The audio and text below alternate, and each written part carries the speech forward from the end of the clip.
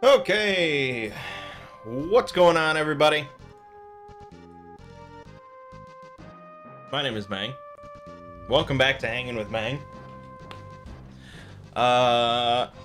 It's probably been a little while since you heard that because the last couple streams, the audio was stupid. I'm pretty sure that you can hear me now, but who knows? Yeah, so this is, episode 198 of Hanging with Mangg. We're almost up to 200 episodes of this shit. It's crazy. Pretty wild stuff. I think we're closing in pretty soon on 4 years of doing this. I think it's in, like, September. It's like the first week of September is the anniversary mark of Hanging with Mangg. So, pretty cool. So today we're playing Final Fantasy V.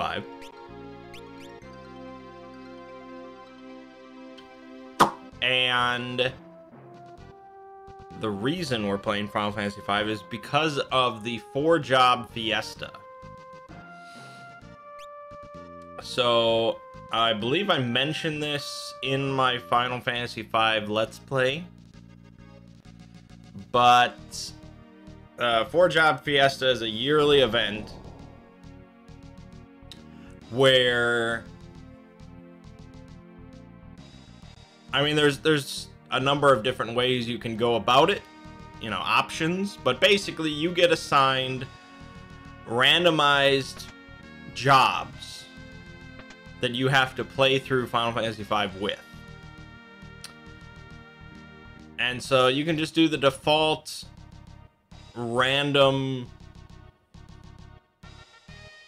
which is what I did, where whenever you get a crystal, whenever you get new jobs, they assign you a new job, not necessarily from the crystal you got. In fact, I got... my first job was White Mage. So that means all of my characters from that point on had to be White Mages. So I had 4 White Mages for the first part of the game, which was interesting. I've never done that. Then when I got the water crystal, yes, water, yes, I think.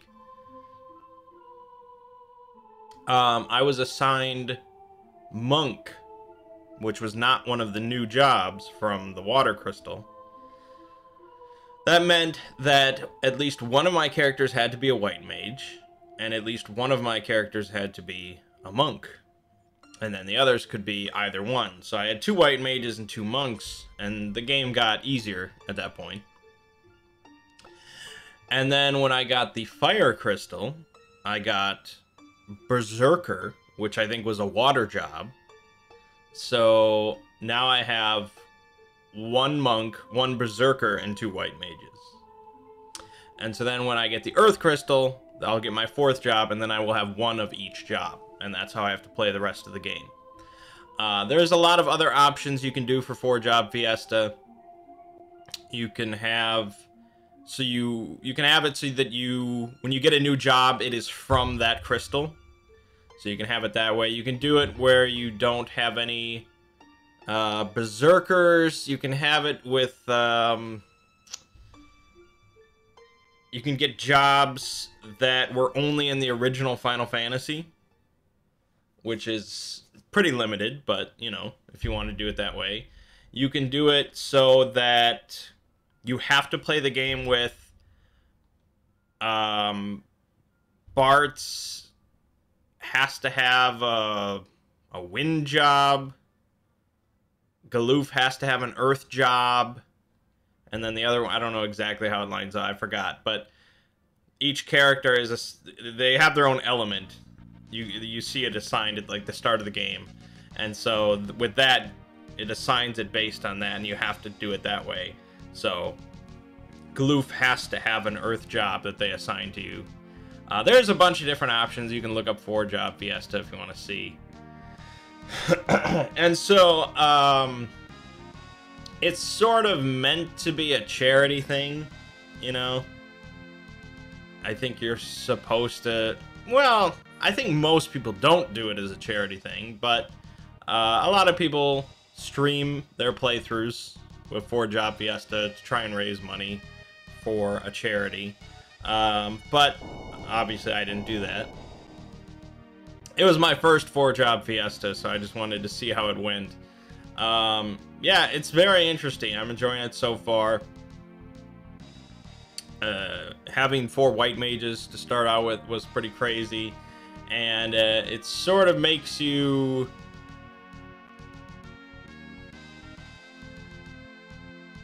you try out jobs, you do jobs you may never use before. Every encounter then with your certain selection of jobs is a little different, and yeah, it makes you think, makes you approach the game a little differently, and it's pretty damn cool. So it might be a yearly thing for me. We'll see. Maybe at some point I will stream it, but I don't know. I'm not a big streamer, and that's a lot to stream. So, anyways, let's see. I got my 70-inch TV in this week, which is pretty damn awesome. I'm very happy with it. It's a very nice TV. And so I played through Uncharted 4 on it, as well as Uncharted: The Lost Legacy. And I would probably say Uncharted 4 is the best Uncharted game. I think I'm going to go ahead and say that.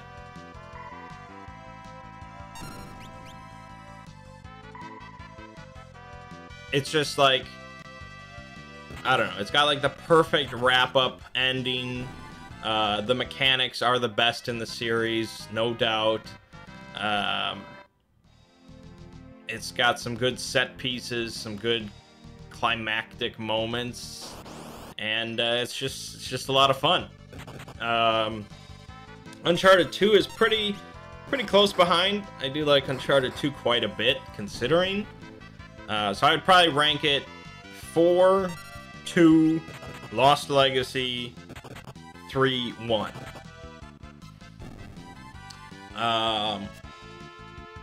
You know, 3, there has a lot of moments that piss me off, but overall, the mechanics and just the overarching gameplay progression is just more entertaining than 1. I like 1 as a foundation, but I'd be okay never playing it again. Just because it's just a wave shooter, pretty much, for the most part. But Lost Legacy is very good. That might almost be equal with 2. Obviously, it's a little shorter, but it's amazing how good that game is, considering it's just sort of the same gameplay as 4, and you remove Nathan Drake. And you find out Nathan Drake is not the most compelling aspect of those games. Because Chloe and Nadine, I really like that whole story. And their blooming friendship. I wouldn't mind seeing another sort of spin-off. But who knows? It's a great series. It's definitely up there for my favorite video game series. And playing it on a big TV was pretty sweet. I also watched on July 4th. I watched Independence Day in 4K. Yeah, you know, older movies that are like restored to 4K or whatever, upscale, whatever. There are parts that look a little iffy, and sometimes like, oh, that looks pretty good. All right, that's decent. And then other parts you just see a lot of noise and grain, and I also watched Dread, which is Dread is probably one of my favorite movies of all time. Like, it might be like top 3 pretty easily. It's just a movie that I can always sit down and watch. Like, it's one of the very, very few movies where I honestly could finish watching it and then just start it again and watch it again. It's just such a watchable film. Great stuff. So that was really cool. What else? What else are we doing? Where's my map? What am I even doing?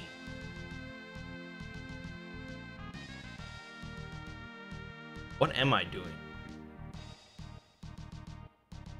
I think I'm going down to that island, but I don't know. Yeah, and I've been playing some Tomb Raider, the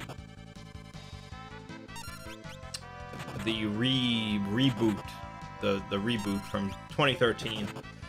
I gotta say, coming off of Uncharted 4 and going to Tomb Raider, it's a big difference. Big difference. Uncharted 4 is incredibly polished. They had years of, you know, developing these mechanics and polishing this whole series. It's like a fine engine.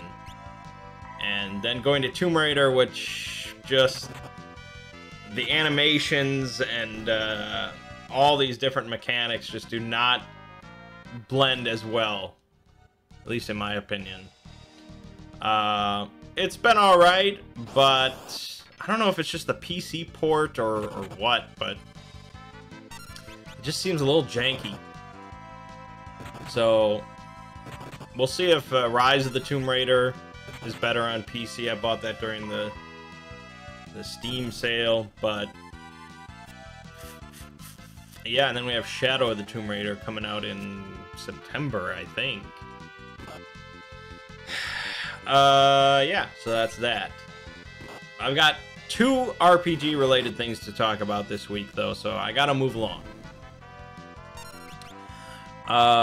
Before we get that, though, we have... So on this channel, we had Final Fantasy VIII, which is done. It's finito. We'll be moving on to Final Fantasy IX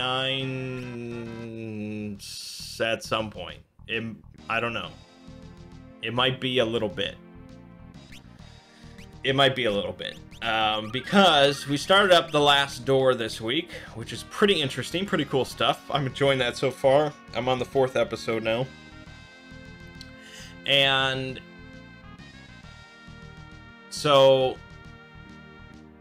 that shouldn't take too long. I can see how it won't take that long. But to get the uploads up, yeah, we might have to nix Final Fantasy for a little bit. And then this coming Friday is Octopath Traveler. Which, yeah, I realize means that we're going to have 2 RPG LPs going on at the same time, which is questionable. I don't know how everyone feels about that.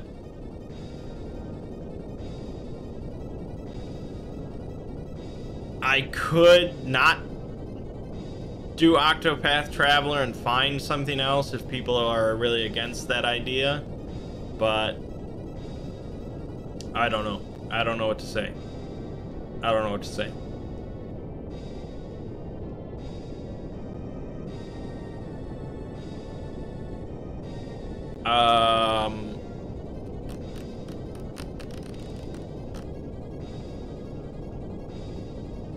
So either way, Last Door is sort of the priority, and we'll see what happens otherwise.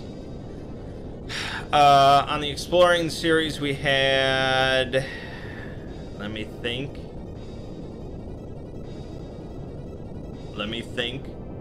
Oh, the Cattle Raid of Cooley, of course, which I was correct. Not many people clicked on that one.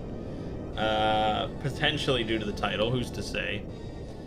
Oh well. And then this week I worked on Finn McCool, or Finn McCool. And that was a fun video to work on. I think could be a somewhat popular one, although pronunciation might be questionable. I really probably should have just done Finn McCool for the whole video, because it's like, okay, that's the anglicized version. It is what it is. When, you know, when you're trying to do Finn, I saw like 3 different pronunciations for that. Like Fian or Fun or I don't know. There was a bunch of different pronunciations because nobody on Ireland can agree about anything. And yeah. So we'll see how that goes over. And then this week, I think I'm working on the video for Rhiannon, which is a Welsh horse goddess, I guess. And then we have 2 more after that, which is going to be Creatures of Celtic Mythology and the Sons of Turin, or Turin, I don't know. Which is sort of like the Irish Odyssey. So just a few more to go, and then start of August, when I'm at Gen Con, I'll have the polls up to decide the next series. And anything could happen. Anything could happen. But really, vote for Warcraft. Please vote for Warcraft. It's not like I'm super obsessed with Warcraft or anything. It's just Warcraft would be such like a break. From like a video standpoint. Like, just a series where all the lore is just, you know, laid out on the table. There's not, like, fragmented tomes from the 12th century. You don't have to deal with folklore or anything like that. It's all there. It's written by some people.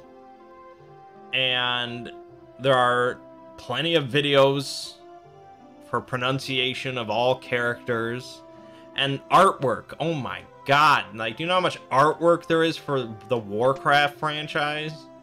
Concept art and fan drawings and just things from video games, cinematic, just everything.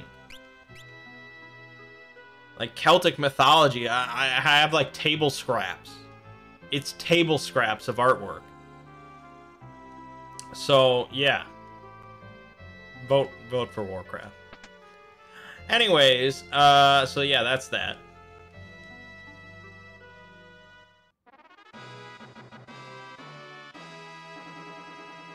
Moving on. My mom and I played a bunch of Arkham Horror LCG this week. We played all the way through the Path to Carcosa campaign, which we hadn't done up to this point. And it was a lot of fun. It was a very, very entertaining campaign. You know, Hastur is one of my favorite mythos entities. And so there was a lot of just insanity and King in Yellow stuff going on and insane babbling, and it was all good. And we got to the very end. We were fighting Hastur himself. We were walloping up on him.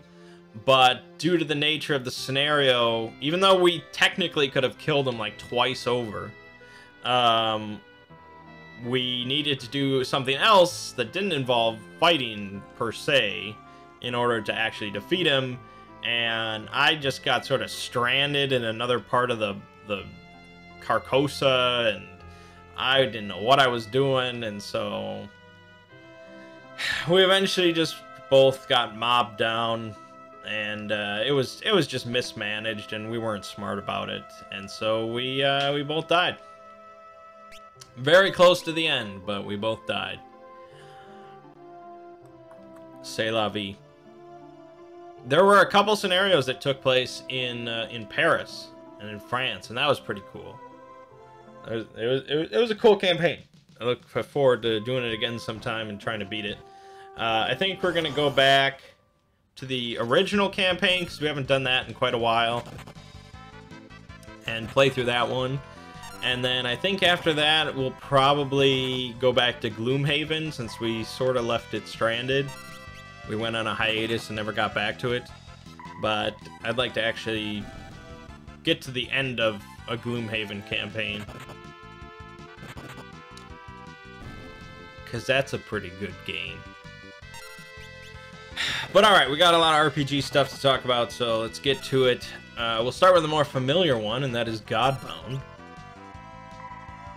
So this week on Godbound, we got back from our lengthy hiatus, And we were in this pyramid city in the Oasis States. I think it was called Busar. And the ruler of this city, as we had come to learn, was a djinn. A magical djinn.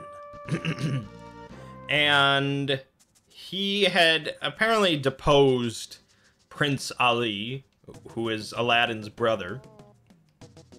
So Prince Ali was in jail.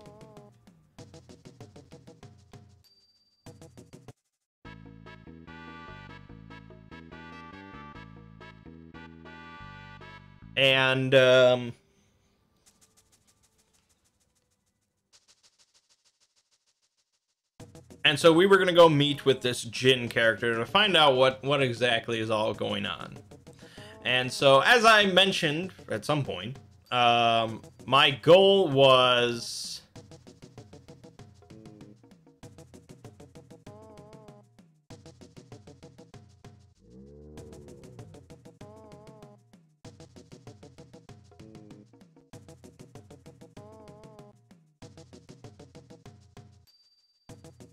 I wonder if I wasn't supposed to do my fire job until I got those. Huh. Probably, but I didn't get one of those jobs anyways. Whatever. So, my plan was, if the Jinn was open to joining this alliance, then we would certainly welcome the Jinn into the alliance, and we would just, you know, we would dispose of Ali one way or another. If the Jinn was not open to the alliance, we would, of course, kill the Jinn, and we would reinstate Prince Ali, since he was still alive. And we would return him to the throne, and he would join the alliance. You know, either way, the goal was to expand the alliance. That was the goal that the Emperor had stated, and that's what I was gonna do. So,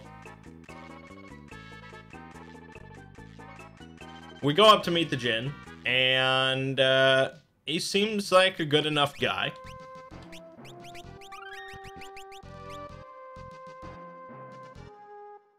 And so we pass ourselves off as ambassadors.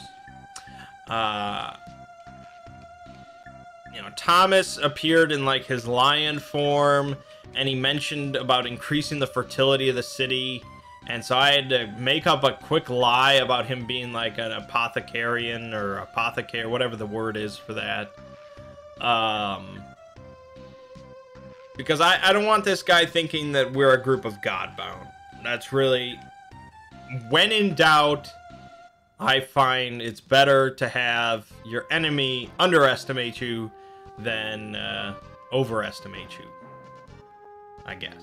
Or estimate you, either way. What did they even say? Shit. So I'm like, no, you know, we're just simple ambassadors from the Emperor, here to...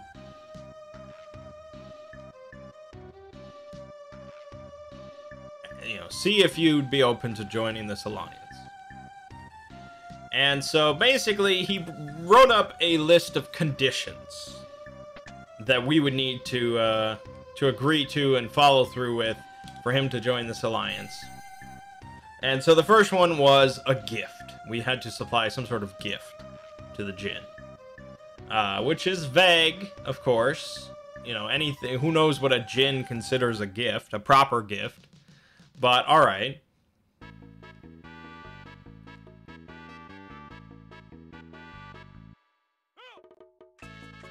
And, second, we had to follow through on Thomas's promise of increasing the fertility of his city, which was an easy enough task.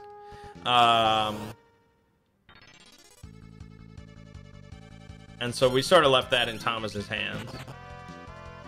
And finally, we had to do a hostage exchange. So this is something I'm familiar with. If you watched my Norse mythology videos, you might recall the hostage exchange of Heinir and Mimir to the Vanir gods, and the Aesir received Freya and Freyr. And Njord? Was he also part? I don't remember. And that's also mentioned in the God of War game. So, yeah, I'm familiar with the concept. You know, hostages is a little strong, perhaps, of a word. Political hostage, you know, it's just sort of the sharing of cultures and the blending of two civilizations. And so I'm familiar with this. I'm like, okay, you know, you don't want to just send over your slaves or your peasants or something. That's like a gift, really. You want someone of note, someone of authority. And so I first thought about just leaving one of the legionnaires here, but a legionnaire is not really someone of position. And so I discussed this with the Emperor, because I opened up a telepathic communication with him. And we decided to convince Gulk to stay here as a political hostage. Damn it, Lena, you're punching a hole.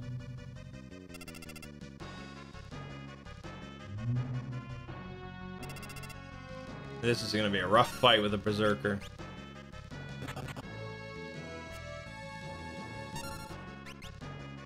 Oh, how did you get blinded? And so it took some convincing to old Gulk. Basically, we couldn't let him remain here with his bags, because that would be disastrous. So, no bag. No bag. And he decided he would stay as long as he got to reach into both bags one last time. And so, you know, now that Tempest has a lot of control over the bag, you know, I can re-roll all sorts of effects and salt away the luck and blah, blah, blah. I'm like, okay, this is probably manageable, but let's go outside the city to do this. Like a mile outside the city. And so we did. And really, all that happened was he got encased in like a block of iron, which he got himself out. We didn't even have to do anything, and that was it. I didn't even have to re-roll or whatever. So, okay. He's going to stay in the city. And Thomas is taking care of the fertility. So all we really need to worry about is this gift. And so we were sitting there sort of discussing, and I'm like, okay, well, the Emperor could just send like a convoy of gold and gems and whatever, you know. That's easily possible for the Emperor. But we didn't know if that would actually be enough or not. So we thought of alternatives. And Phil's character, if you recall, you probably don't, he gained the bag ability to sense any artifacts within a 10-mile radius. And he had sensed that there was an artifact underneath the city. And we had decided that apparently he had told us about this. Because Phil and Studs were not present for the situation. So there was only 3 of us. Present for the session, I mean. So we were down a couple men, but that's okay. So, we knew there was an artifact somewhere beneath the city. And we figured, okay, well, that might belong to the Jinn. We don't know, but if he doesn't know about it, it could be a suitable gift. And so we set out to scope out the city and find out anything we could about this. And I used a fate ability to basically become a merchant. Like, he vanished, and I became him. I took over his memories and his knowledge, and I became the merchant as far as everyone else is concerned, which is pretty funny. And I met with this street urchin, and he led us to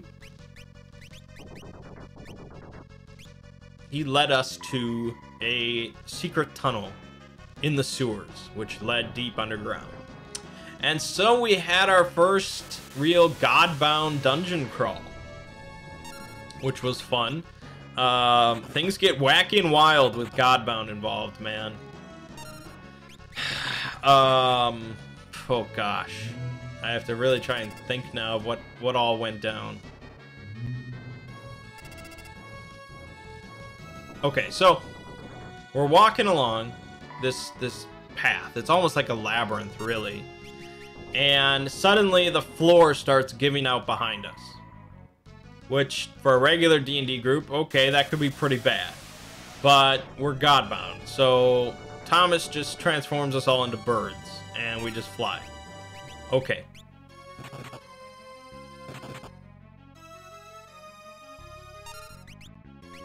And so we're flying along, and suddenly in front of us then, there's like this vacuum, really. It's like this...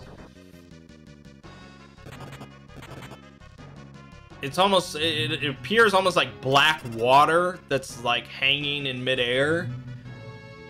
It looks very strange, and so Mert flies into it, and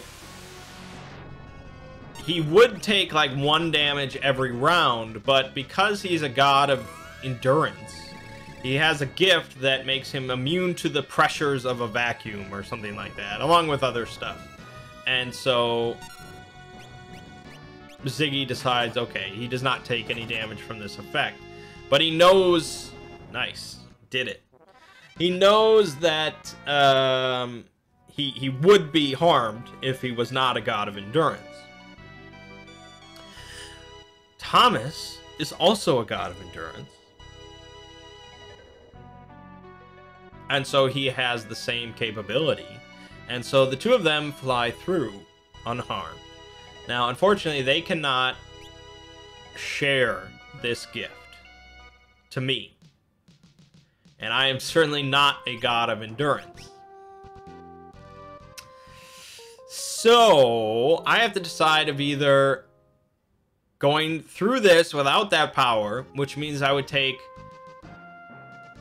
roughly 1 damage per round for 90 seconds, which would be 15 rounds. So that's 15 damage, give or take, assuming it doesn't like amplify at any point. So if it's just 15 damage, I could have survived, but I would have been in real shit situation, and none of us can really heal. That's not our domains. So I would be in a shit position for the rest of this dungeon, and this is the start, so I don't know. Or I can go back to another route and split from the other two and hope that I rejoin them later. I decided to go with that, partly because I always enjoy splitting the party. Because that seems to be a common thing, I guess. Is like, I can tend to take care of myself and get myself through situations, but I always have to consider, like, okay, how do I help the others through? Now, funnily enough, in this situation, it was sort of the opposite. I couldn't get myself through, really, and they couldn't get me through either, so I decided, okay, I'm gonna split, and we'll see how it goes. So I fly back, and I end up in basically this tomb area with a bunch of sarcophagi of mummies adorned with golden regalia. And there's 7 sarcophagi there filled with mummies. And then there's an 8th sarcophagus that's empty, but there's the same golden adornments resting next to it. As if, you know, someone could put this on and climb into the sarcophagus.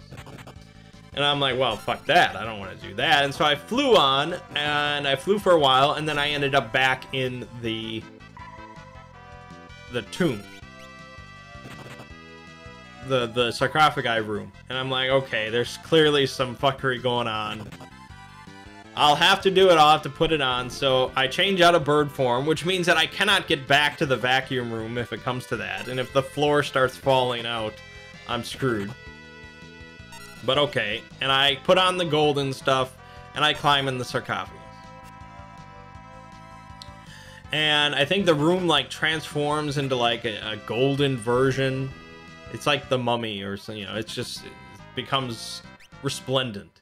And I become a mummy.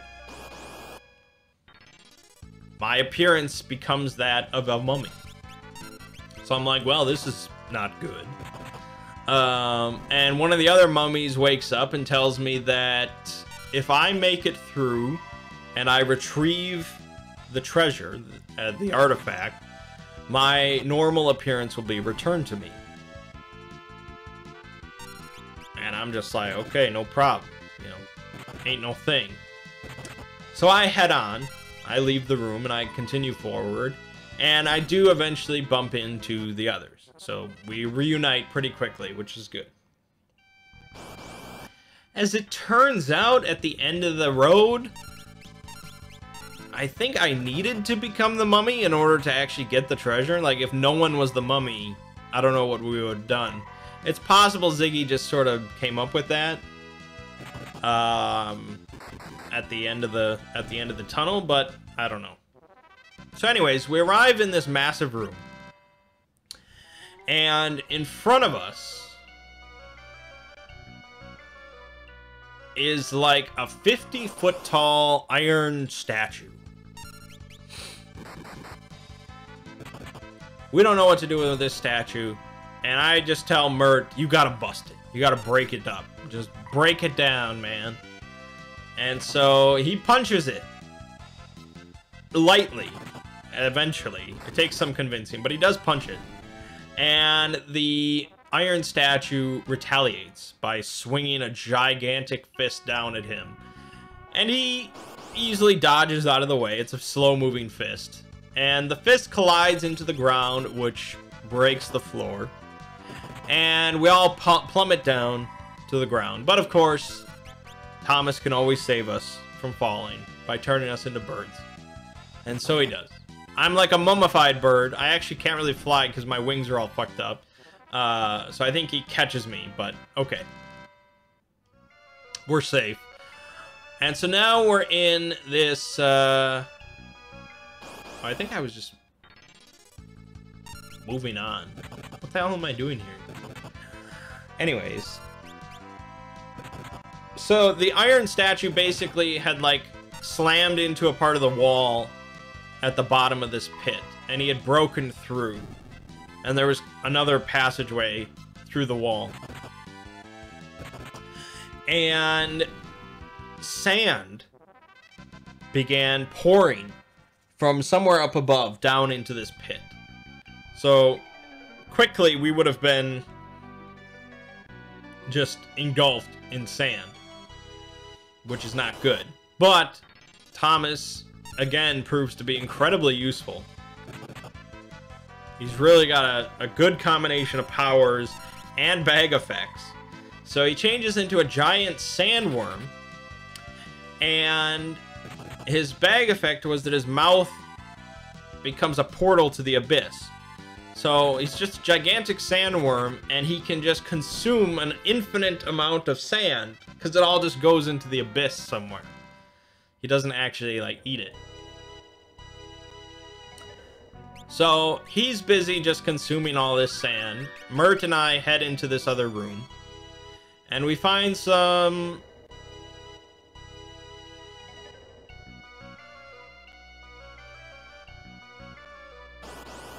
We find a small room. There's a skeleton in the corner. And in the middle of the room on a pedestal, there's like a frame. There's like the frame of an hourglass without the glass or sand. And floating all around the room, scattered all across this whole room, are little tiny shards of glass and grains of sand.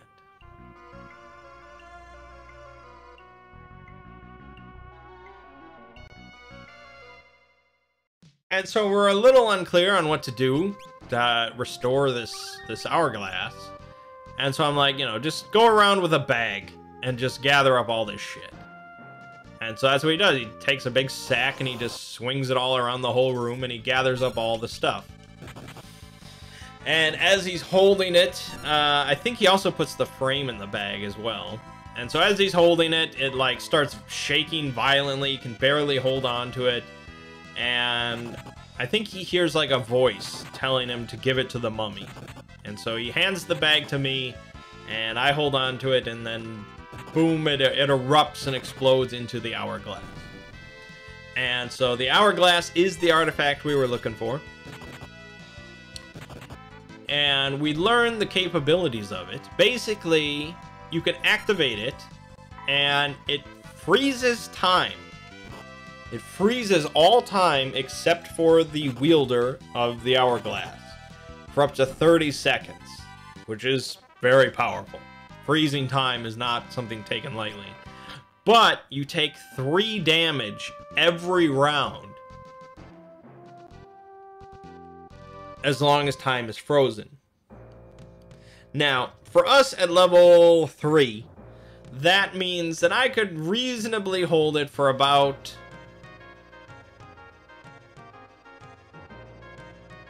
I mean, I could hold it for 5 rounds. Right? Without dying. And 5 rounds is 30 seconds. So I can already max it out if I want. But that leaves me near death. But every level, I get another 5 HP. So by the time I'm level 6... it's not going to be that big of a deal, especially if we find some way to heal damage. I think Thomas might be able to do it.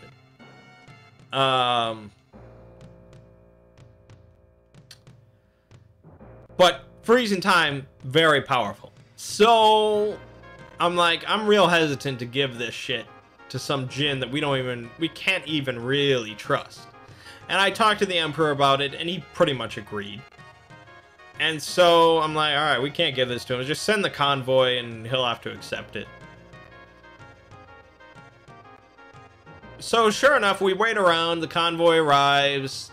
Thomas does his fertility thing. And everything seems all good. And so the djinn sends with us Prince Ali as his hostage for us. And aside from that, the alliance is set. He is fine with joining the alliance. And he says, you know, if we go to full-scale war, he will send what men he can. Okay. So, we have Prince Ali then. And so I'm sitting here sort of thinking about what do we do with Prince Ali? Because if I go to Aladdin, and if Aladdin finds out that this djinn character deposed Prince Ali and kept him in prison for years, and now this djinn is part of the alliance, that's not going to go over well. And I had basically already told the Emperor that Prince Ali was dead. Because really, it's just better if Ali is just not around anymore. But Prince Ali is now our hostage, and I can't go back without a hostage. That just wouldn't make any sense. There would be questions. It would be bad. So luckily, I am a god of fate, and fate has a lot of cool powers. So one of them allows me to strip someone of their destiny and their identity. And so I used it on Prince Ali. And so now, for now until the end of time, unless someone else with the word of fate gets involved and wants to undo what I did,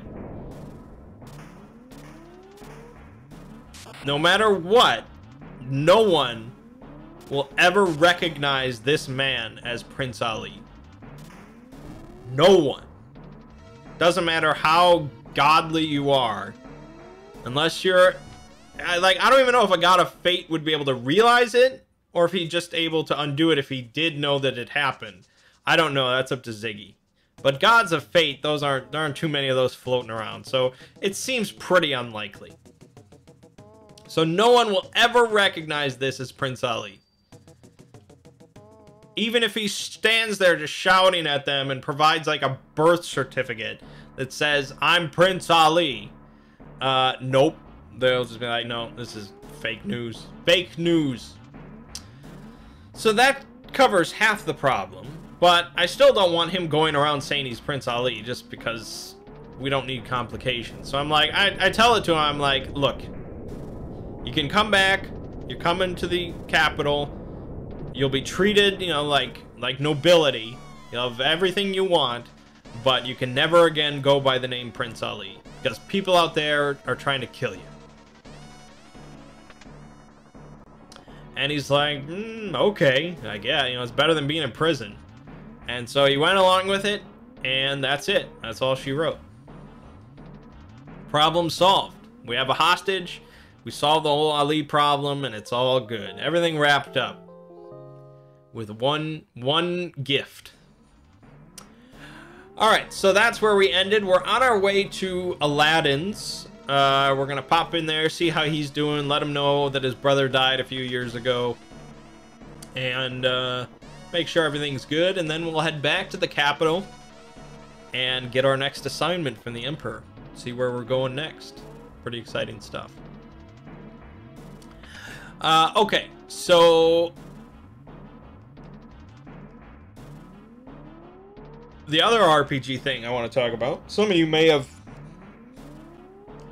glimpsed this yesterday. I know that I deleted the stream because the audio just kept on going out. I think I was bumping the USB cable for the microphone. I think it kept on just going out, but there was a stretch of like 45 minutes or something with no audio, and that's just no good. So I had to delete the stream, but we did a funnel adventure. So that's a bunch of level 0 peasants going through a dungeon and trying to survive. And we did it using Dungeon Crawl Classics. So Dungeon Crawl Classics is the game of the month over on the RPG subreddit.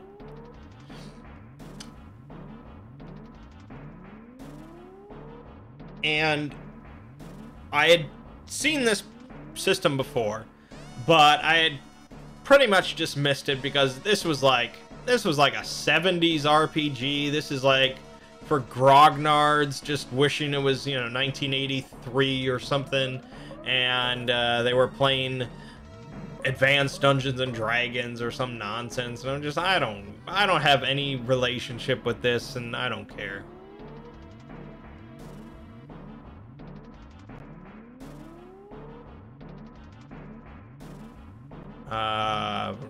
Jeez.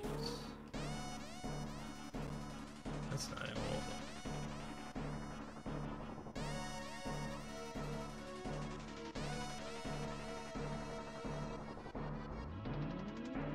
It's somewhere around here. I don't think it was this switch, but oh, it was this switch.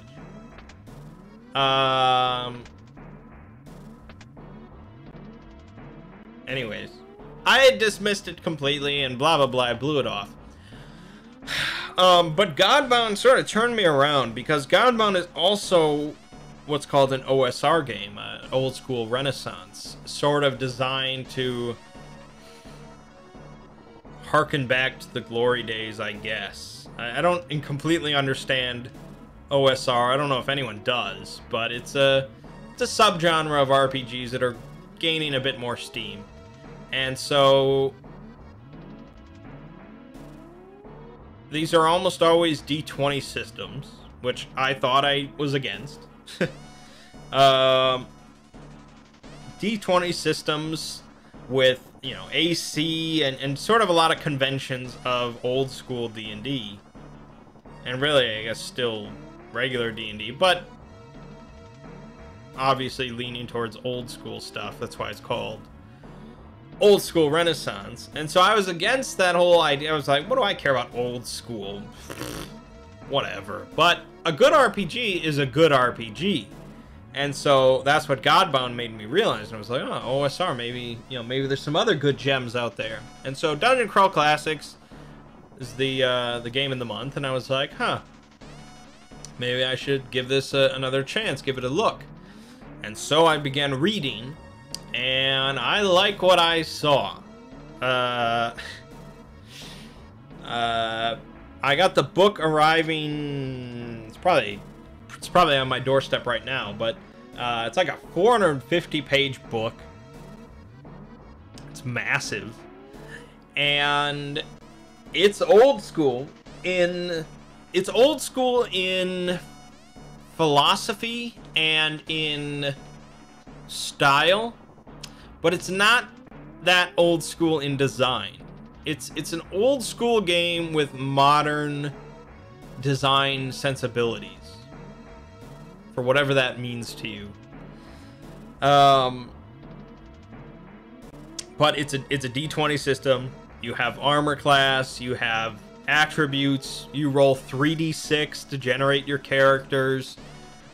You've got warrior, wizard, cleric, thief, but then you also have elf, dwarf, and halfling, because that's old school. That's old school shit. If you roll up a dwarf, the only class available to you is dwarf. You cannot be a dwarf wizard. Now, of course, you can hand wave this. That's one of the best things about it, is how flexible the system is for homebrew and house rules and stuff like that. You can hand wave all sorts of stuff. So yeah, if you want to play a dwarven wizard, you can play a fucking dwarven wizard, unless your DM is a real asshole. But by default, by the rules, if you're a dwarf, you are the class of dwarf, and you get certain ability. And a dwarf in DCC is basically just a warrior, pretty much. A halfling is pretty much just a warrior mixed with a thief, and an elf is sort of a warrior wizard. So it's all pretty simple, and even though the book is 450 pages, the actual rules are really, really simple. It's really a pretty rules-light game, which is surprising and very nice. Most of the book is filled up with, like, tables and magic and stuff like that. The bestiary, it's basically a player's handbook, a dungeon master rulebook, and the monster manual all combined into a single book. So it's pretty massive. You get your money's worth. And I'm going to do, of course, a number of primer videos this week. You're going to see a few of them. I'm going to explain the whole thing. I'm going to read that fucking book to you, man. There's so much cool shit in there. The magic system is just amazing. But I'm very hyped about it. Now, when I get hyped about an RPG, yes, I tend to just blab about it nonstop until we play it.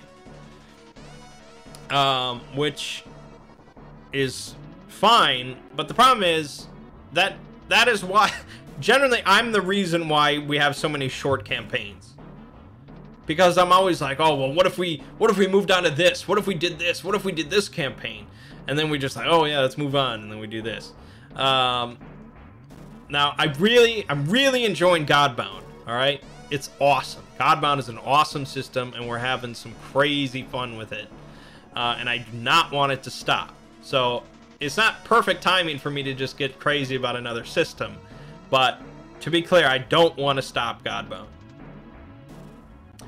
But, we had a Saturday, we had a group of people that wanted to, you know, hang out and do something, and I'm like, let's do a funnel. Let's just play a funnel. You know, DCC is a very simple RPG to learn. We even had Ziggy's wife come over, and she played with us, and she's played RPGs a few times, but, you know, this was a new system for everybody, and it took like 3 minutes to learn. You know, this is very easy. And so we did a funnel. I just did a very short funnel that's from the rulebook, the introductory funnel. And I pre-generated all the characters. There's a website, Purple Sorcerer or something like that, and you just push like 3 buttons, and boom, you've got like 20 level 0 characters generated. And so I just handed them out randomly. Everybody got 3, and boom, we started. And so we're already at 56 minutes or so here in this video, so I don't want to go into too many details here, but some highlights. The muscle-bound slave was getting impatient at the first door.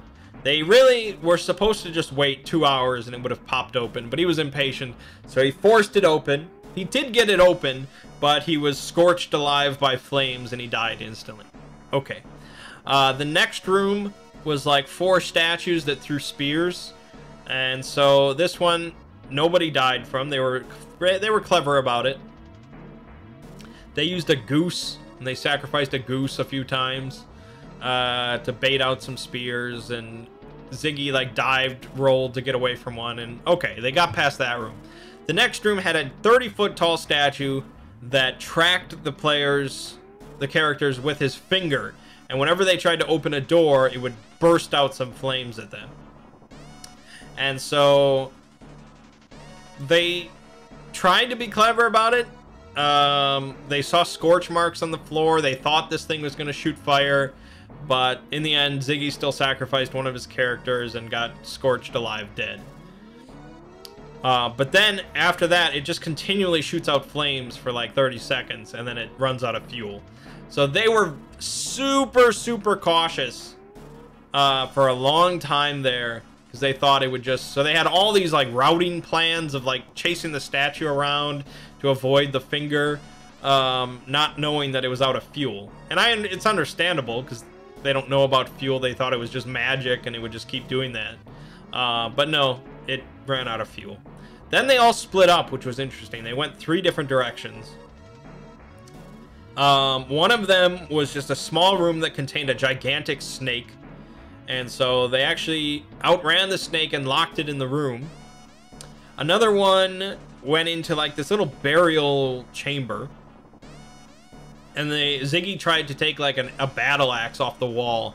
And all these skulls hopped alive and devoured him instantly. He actually only got hit once, but I crit. And so the skulls were not a big danger. They had like a +0 to their hit. They did 1d4 -1 damage, but I crit, and so it automatically hit. I don't think I even did bonus damage. I just rolled 1d4, I got a 4, and 3 damage at level 0 is more than likely to kill you, so he got devoured.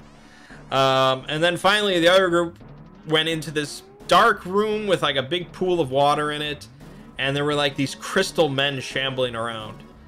And for the rest of the scenario, they were very hesitant around these crystal men, even though they would only ever attack if first provoked.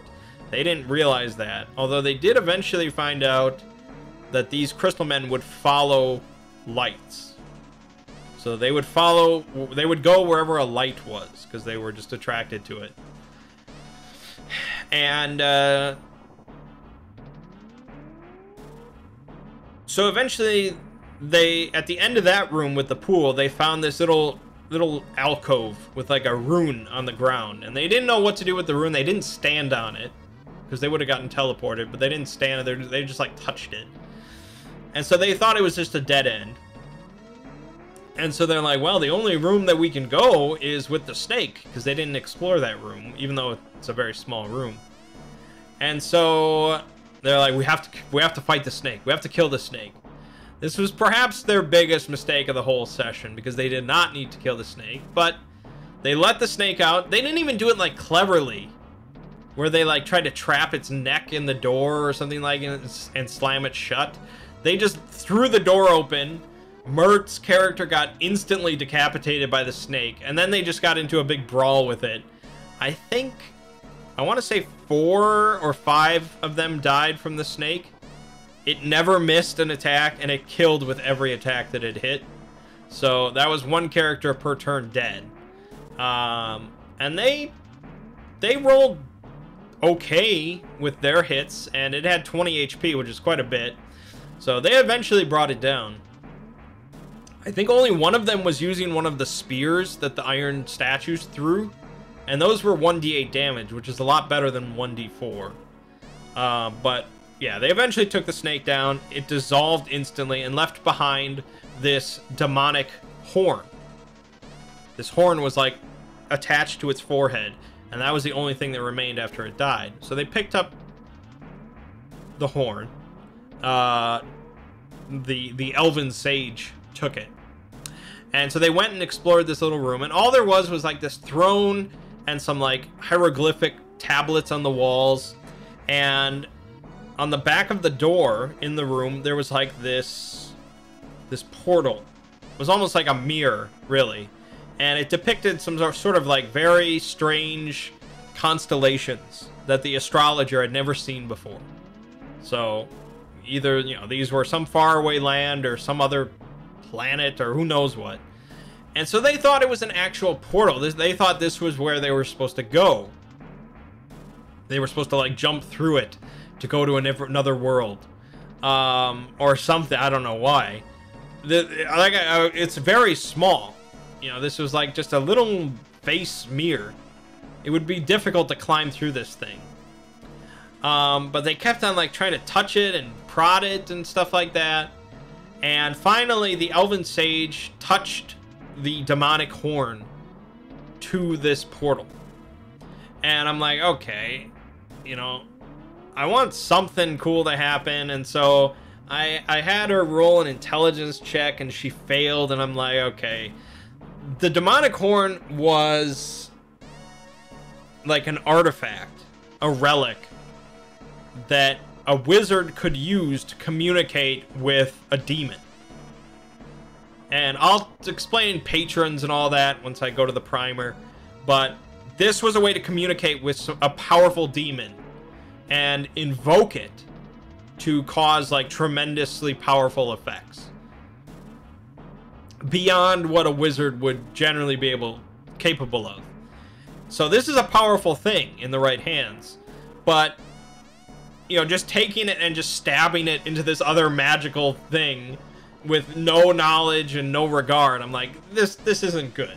And so I just looked at like the invoke patron effect list for the snake god, and I'm like, all right, it's just the first effect, which is 2d6 lightning damage, which is guaranteed to kill pretty much any level 0 for the most part. And so sure enough, she instantly got scorched alive, and the horn dissolved, because this snake god is like, these people are just fucks. So that was good. What else? Okay, so they eventually do go to the rune. I provide a little bit of hint. They do eventually get to the rune. They stand on the rune. They teleport to this other room, and they go into this big room that has this massive pit running the length of it. Like, most of the room is dominated by this pit, and then there's a couple other levels at the end, and the room is filled with clay soldiers. So the pit has 70 soldiers in it, clay soldiers.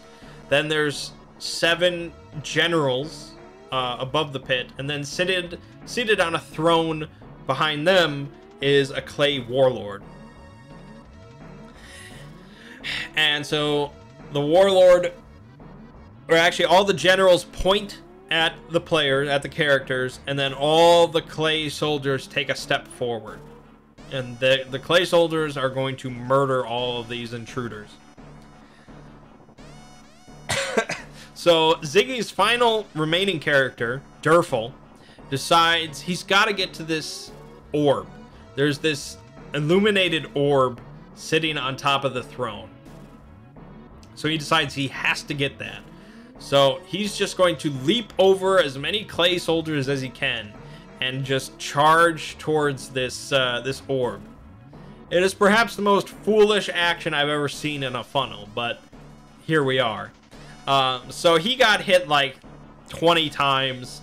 I didn't miss like a single roll, and each thing did 1d8 damage. He was like shredded to shreds. So that was the end of Durfel. Meanwhile, Phil decides, okay, so he was keeping these clay creatures busy. Because again, they still thought that these things would attack them. You know, they didn't know like what would ignite some sort of attack from them. So he was keeping them busy by putting a lantern on the end of a 10-foot pole. And sort of just like leading them around. And so he decides he's going to lead them onto the teleportation rune to send them wherever these others went. This would prove pretty stupid. So he puts the lantern over by the teleportation rune, and one by one the crystal men step on the rune and teleport away. Now, one of the other characters in the other room has a lantern lit. And so the crystal men are starting to move towards this other light now.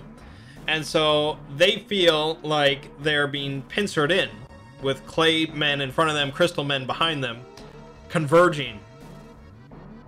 So Mert grabs the lantern and chucks it into the pit as far as he can, hoping that it would start a fire.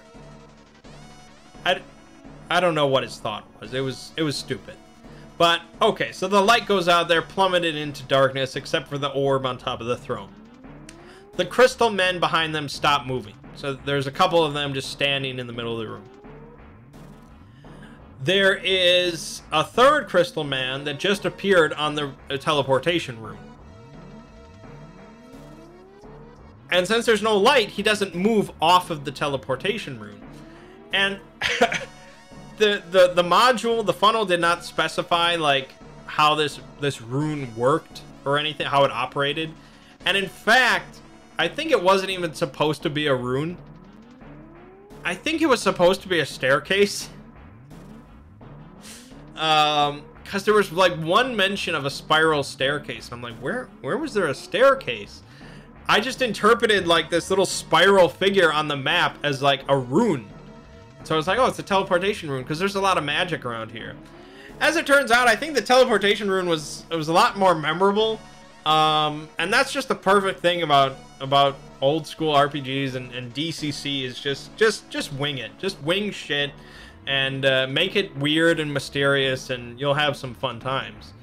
So yeah, I think it was supposed to be a spiral staircase instead of a teleportation rune, but okay, we rolled with it and it was fun.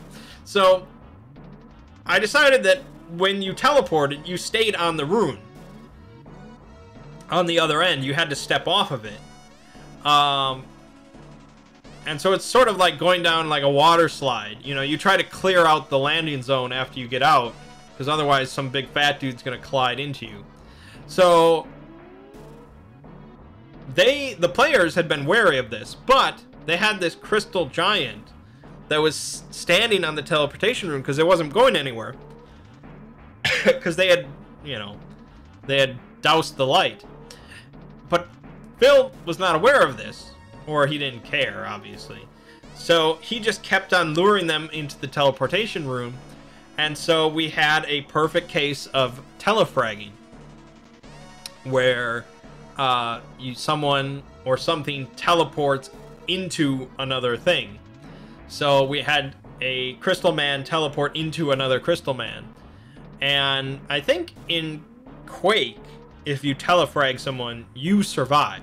Like, they explode and you survive. I don't think you both die. I haven't played Quake in a long time, but I decided, due to the fragile nature of crystal men, there would just be this giant crystal explosion. And so, sure enough, there was a giant crystal explosion, and it just covered the entire room that they were in with crystal shards.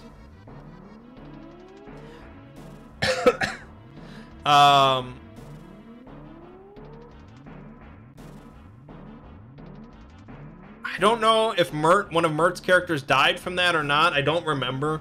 He might have. I think so. But anyways, the Claymen were continuing to go on, and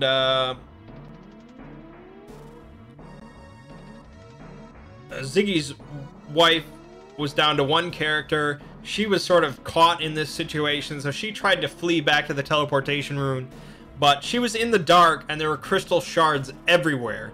So I had her make a roll. She failed, so she like sliced her Achilles tendon on a crystal shard, and she was just sort of like hobbled in the middle of this room as these clay men were marching toward her, and so she died from impalement. So it was looking dire at this point. I told everyone that they had 3 characters to start with, and if they lost all 3, they had a 4th as a backup. So I gave Ziggy and his wife a 4th character, which both ended up being dwarves. Interesting. That was very random. So they decided they were dwarven brothers.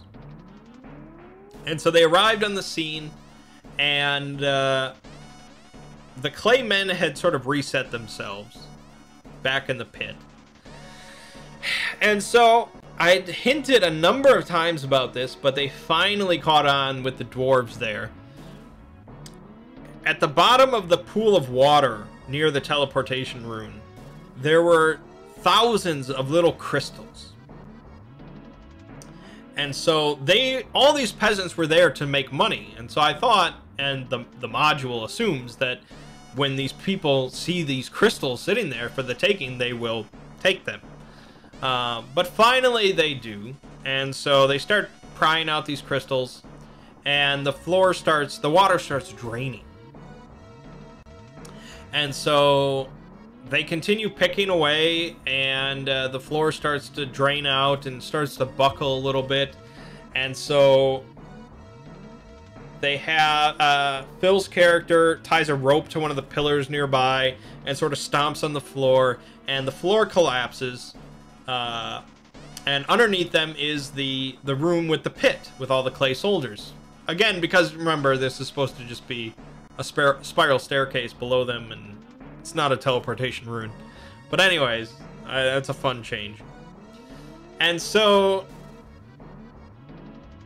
the water floods all over these clay soldiers, and after a little bit, they go back down there. They go through the rune. They go back down there, and they find that all of the clay soldiers have dissolved in the water. So that's the 70 soldiers plus the 7 generals have all dissolved, leaving only the warlord. And so, hilariously, they actually use, instead of swimming across this water, which is like 5 feet deep, they climb on top of the crystal giants, the crystal men, and they put out like a lantern in front of them, so the men follow the light, and they ride the crystal men across the water. So they get to the warlord, and obviously the warlord is not... It's like the soul of a warlord inside a clay body, I guess. So obviously he's not too pleased that all of his men and generals have just been dissolved. So they try to talk to him, but I think Mert's character gets impaled instantly by a spear.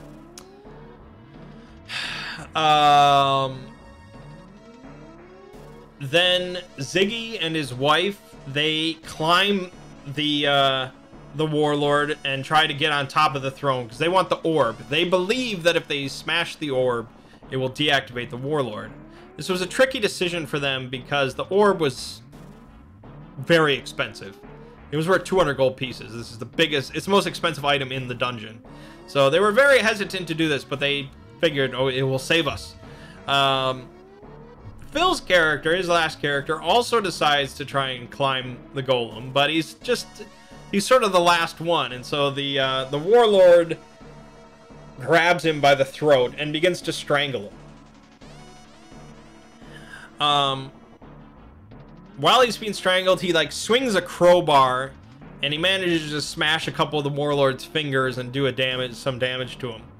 But before he can really recover, and because the other two aren't really assisting him, he gets impaled with a spear as well. So that just leaves the two dwarves on top of the throne. They smash the crystal.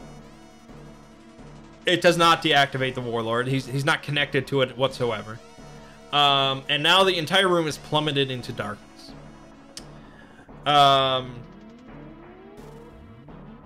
They try to be stealthy and sort of shift away from the warlord, because apparently he can't see either for whatever reason. But one of them fails their stealth thing, and so the warlord tries to stab them in the dark. I give him like a -10 penalty, but it doesn't even matter because he critically fails. And so I decide he sort of slips and falls to the ground.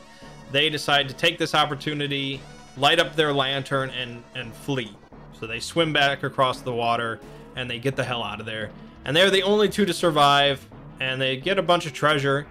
They probably had about 200 gold pieces of treasure, and that's it. Now, technically, Mert and Phil also had a spare character, but because it was the very end, they didn't get to utilize them, so they didn't get any treasure. So really, the only two successful ones were the two dwarves, although, yes, they came in at the end, sort of, but they were definitely in harm's way. They could have very easily died, so I'd say they succeeded. So yeah, it was a lot of fun. I think we all enjoyed it. It's not a perfect representation of the system because it's level 0. It's a funnel, and it's a very short funnel. But I had a lot of fun DMing it, actually. There's a lot of laughable moments, and it's just sort of ridiculous. And I think that's what Dungeon Crawl Classic sort of is. It's meant to be a little ridiculous.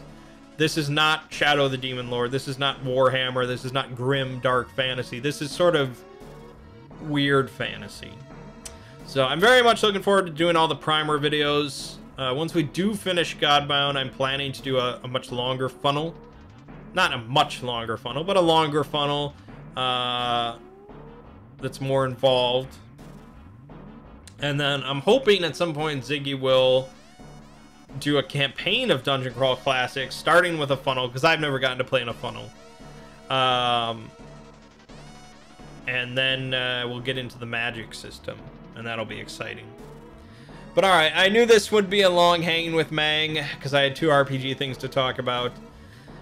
But it is what it is. So this week, there's definitely going to be some primer videos for DCC. There's going to be some Last Door, potentially some Octopath Traveler, over on the Exploring series, Finn McCool tomorrow, and so on and so forth. So, my name is Mangg. This has been Hanging with Mangg, and I'll see you fine folks next week.